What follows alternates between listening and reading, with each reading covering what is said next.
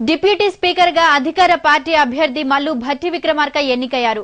Division పద్ధతిలోనే deputy speaker ఎన్నిక జరిగింది. మల్లు భట్టికి 164 మంది అభ్యర్థులు మద్దతు లభించింది. ఇక టీడీపీ అభ్యర్థి సుద్దాల దేవయ్యకు 88 ఓట్లు వచ్చాయి. స్పీకర్ నాదెండ్ల మనోహర్ కన్నా అదనంగా 6 సభ్యుల మద్దతు లభించడం విశేషం. మరోవైపు టీడీపీ స్పీకర్ అభ్యర్థిగా పోటీ చేసిన కేఈ కృష్ణమూర్తి కన్నా సుద్దాల దేవయ్యకు 2 ఓట్లు తక్కువగా వచ్చాయి. ఓటింగ్ అనంతరం డిప్యూటీ స్పీకర్ మల్లు భట్టిని సభ్యులు అభినందించారు. సాంప్రదాయబద్దంగా స్పీకర్ స్థానంలో కూర్చోబెట్టారు.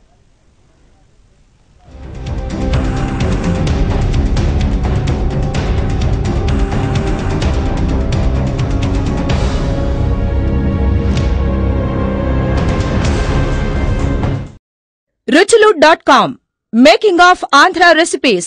Recipe videos in Telugu for all varieties of veg, non-veg, baking snacks and desserts. Please visit Ruchulu.com.